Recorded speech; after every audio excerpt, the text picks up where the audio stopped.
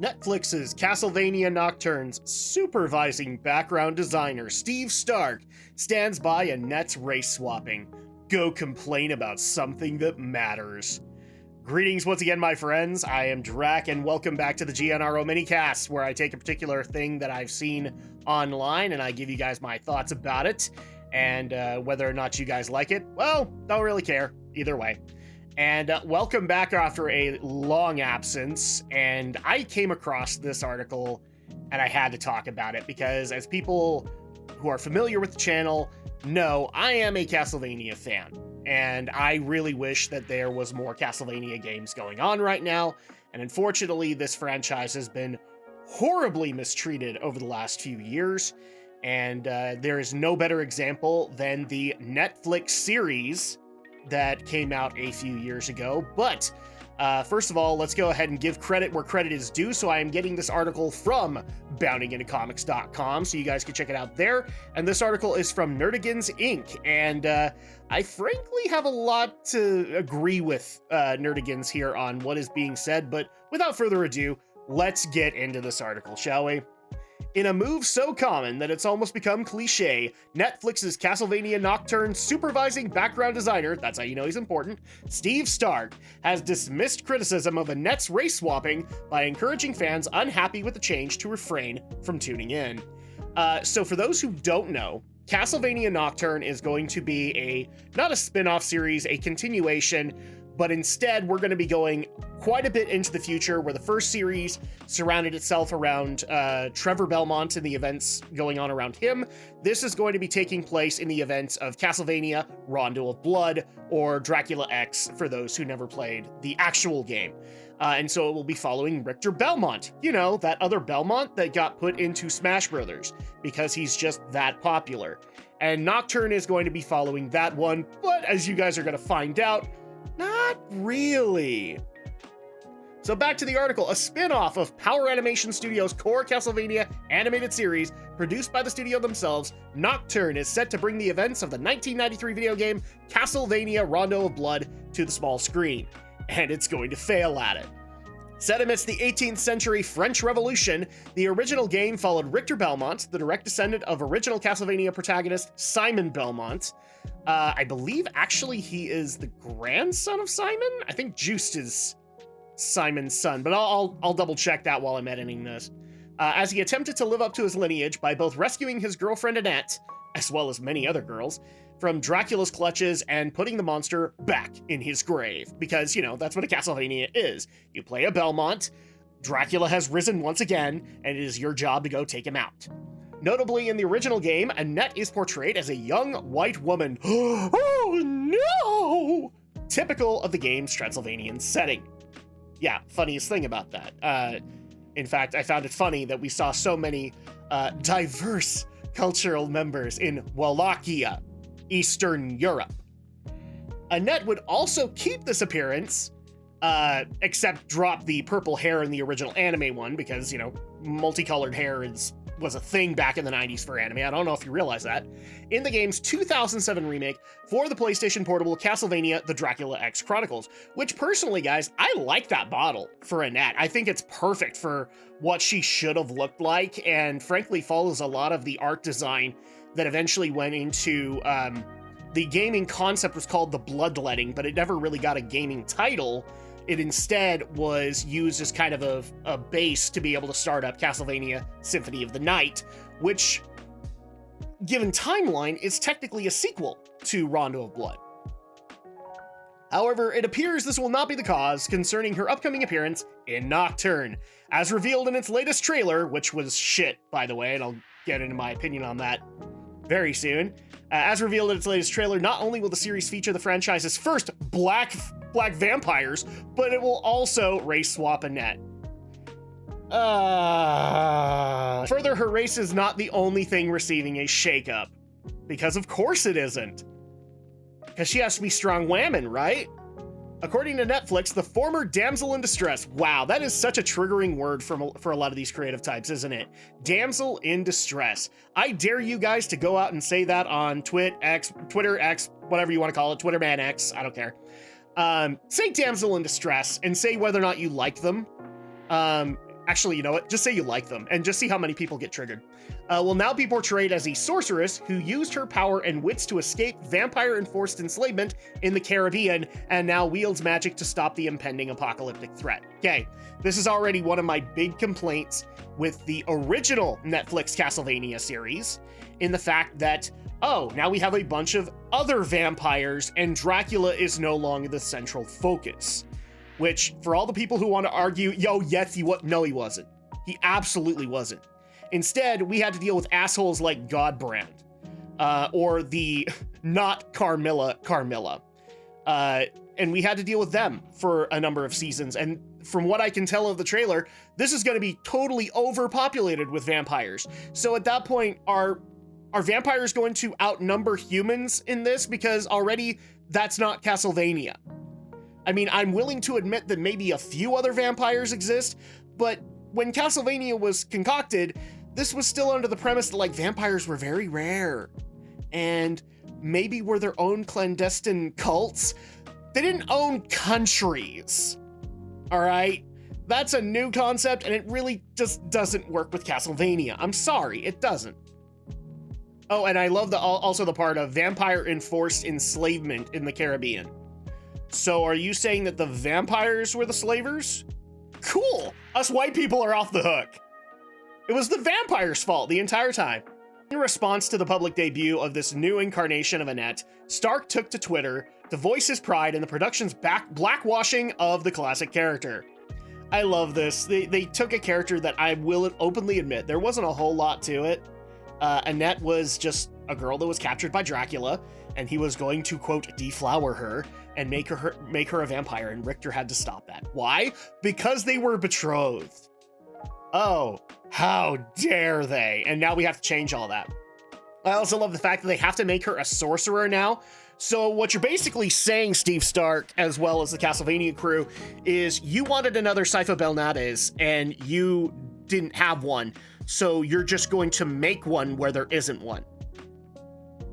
Which in turn also is kind of racist if you think about it, because Sypha Belnades is supposed to be of Spanish descent in the original timeline, or at least the family name is. And, you didn't portray her as looking Spanish. Instead, you made her a wandering tribe of white people. Also, you were being racist because you took a possible Hispanic character and didn't portray them right. You see how that works now? How we can just basically bounce that right back at you? So, retweeting a fan who was excited for the change, the supervising background designer declared, making Castlevania Nocturne was worth it for a vast number of reasons. One, we got to bend the franchise over and just bone it till the sun came up. We'll go with the vampire reference. I was about to go with till the cows came home.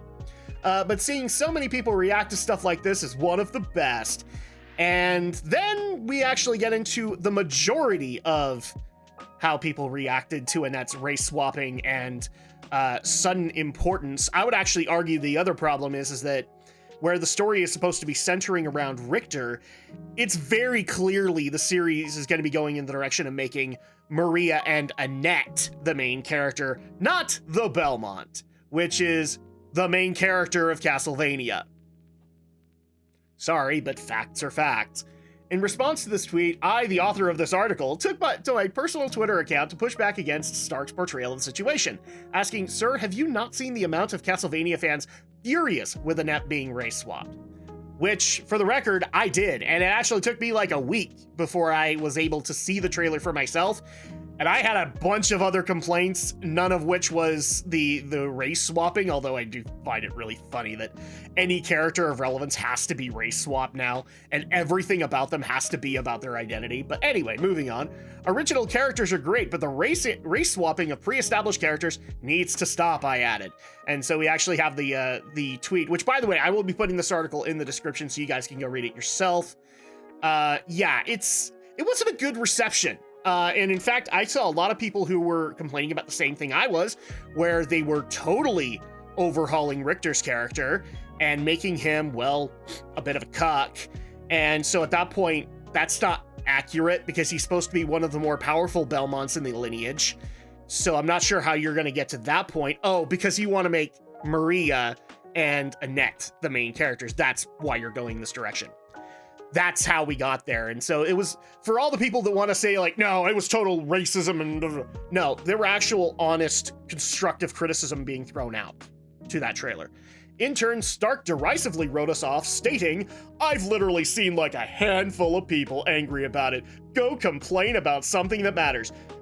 Steve Stark, do you want to know what matters? Having a job. Do you want to know one thing that's going to make sure you don't have a job? Yelling at your customer base, or talking down to them, or condescending to them. There's a reason that the old saying exists of, if you can't say something nice, don't say anything at all. And it's for assholes like you. And also, Netflix management, I would like to point out that if Nocturne does not bring in the numbers that you expect it to be able to bring in, I'm going to point right back to his tweet as one of the causes for that. And it's going to be your decision whether or not he gets to stay as supervising background designer. Continuing the exchange, I then proceeded to simply inquire, why can't you respect the source material? That's a good question.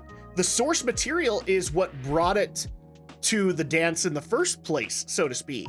You know, I love the fact that a lot of people thought that the original Castlevania Netflix series was just out of the blue. No, it was a script that was being tossed around since the 90s for the third Castlevania game, because that's when they actually started to interject more plot into it. Technically, Simon's Quest did it too, but they also tried to stay with the way that the original Castlevania was intended.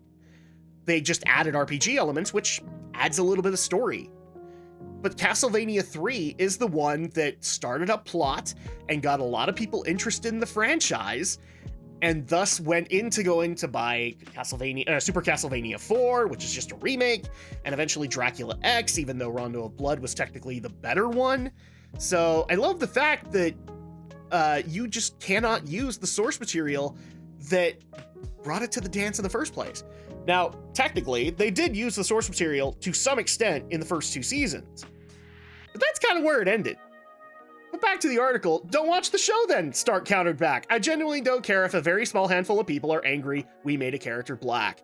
Again, Netflix management pointing to that tweet, because here's the thing, in order for him to keep his job, he cannot be speaking like this to your prospective customers. Instead, what will happen because of reactions like this, as it did with certain other catty people like Daniela Pineda, is that it basically incurs failure. It triggers failure, as it were, for these series. And then eventually, yeah, they could say, oh, well, it's because racism and whatever. And then we can point back to, oh, it was because you were being a dick, or it was because you were being a total bitch.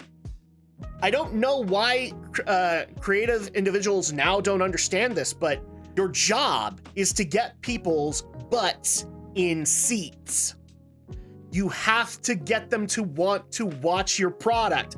If you condescend to them, if you call them stupid, if you call them racist, sexist, phobic, ista, whatever, they aren't gonna want to buy your product, which in turn hurts the possibility of you getting work again. Seriously, some of these creative people need to go back to work at McDonald's. Then they can actually start to realize how real life actually works. Per the series' official synopsis, Castlevania Nocturne locates its adventures in a thrilling setting, the atmospheric backdrop of the French Revolution, which I don't even think that was where Rondo of Blood was. As the peasant class rises up against the aristocracy. Wow, you have to have just socialism in everything that you do, don't you? An even darker threat emerges, a cabal of powerful vampires intent on taking over the world and blotting out the sun forever. Oh, can I actually make this joke now? Simpsons did it. Castlevania Nocturne delivers elegant animation and surprises as our heroes battle vicious monsters while also facing down their own inner demons. Yeah, dumbass inner demons, but I guess you can call them inner demons. The official synopsis concludes, by the time the rumors spread of a vampire messiah, oh good god, who must be stopped at all costs, the stakes in the Castlevania universe have never been higher. This is why you don't have multiple vampires. Vampire messiah, huh?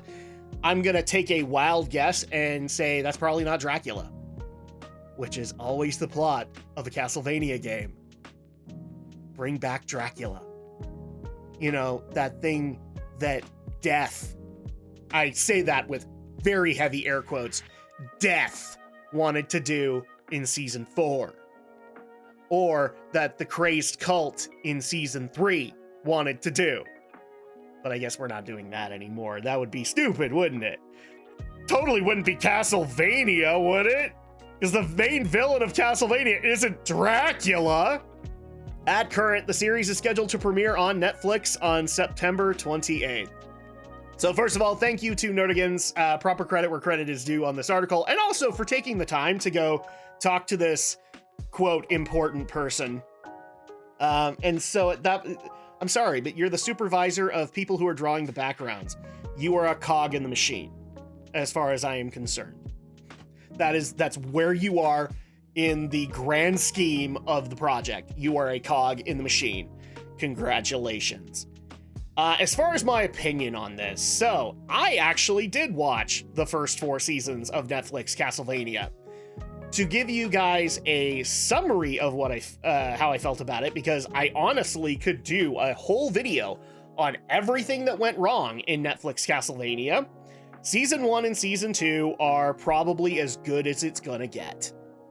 Season 3 starts going downhill, and Season 4 completely demolishes it. And by that point, in Season 4, a bunch of characters are destroyed, both canon and brand new. I love that concept. A lot of their characters that they created were also destroyed in that process. This is why I'm saying it also deserves its own video. And by that point, I wasn't really interested in watching anything else Castlevania related from this studio or Netflix. So you'll pardon me when I say that when I saw the trailer for Nocturne, I laughed out loud on the floor. Because there's no way, if they did Trevor this way, there's no way they're going to be able to do Richter right. Absolutely no effing way that they're going to be able to do Richter right. So at that point, I can already tell you that on September 28th, I'll tell you what I will be doing. I won't be watching this series. It's going to be absolute dog shite. But what I will be doing is I will actually be playing Castlevania games because I love the franchise and it's been done dirty over the last few years, and I'm very pissed off about that. And frankly, so should Konami. Konami, you should be pissed off at all this because this is one of your most beloved franchises and you just haven't treated it right at all over the last few years. So at that point, no, I'm going to be playing games that are actually good and that have actually good plots, instead of watching this shite that is parading itself around as being a work of art. And that being said, thank you guys so much for joining me on this little rant. I would like to know in the comments below, are you guys going to be checking out Castlevania Nocturne? And if you are not, what are you going to be doing on September 28th? Because I'm pretty sure whatever you're going to be doing and whatever I'm going to be doing is going to be a lot more productive than watching this piece of crap series. And in the meantime, thank you guys so much for your continued love and support of the channel. I really do appreciate it. Make sure to do a like and subscribe to this video if you can. I really do appreciate that. And we will see you guys next time for the next GNRO Minicast.